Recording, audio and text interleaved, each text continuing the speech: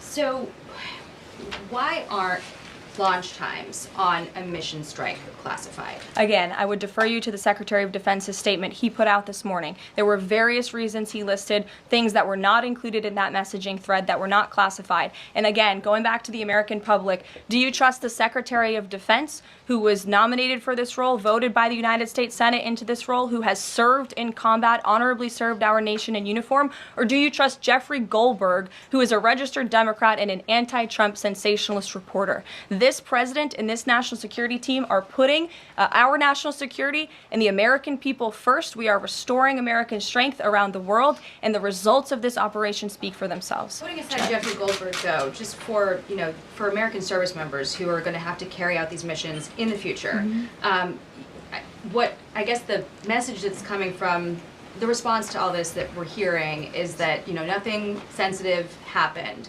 And I guess the logical conclusion of that is that if these messages had gone out publicly prior to the launch, that wouldn't have been a risk to service members. I don't know that they're comfortable with that. So can you explain, had these messages been published, would the plans have moved forward? Would the launch have still taken off? What I can tell you is that the President, as the Commander-in-Chief of our United States Armed Forces, and Secretary Pete Hegseth, who is an incredible man and a warfighter himself, take the lives of our American service members with the utmost responsibility, and they would never do anything intentionally to put their lives at risk. And again, they are working hard on that every single day, and we are protecting our service members while also restoring peace throughout this globe.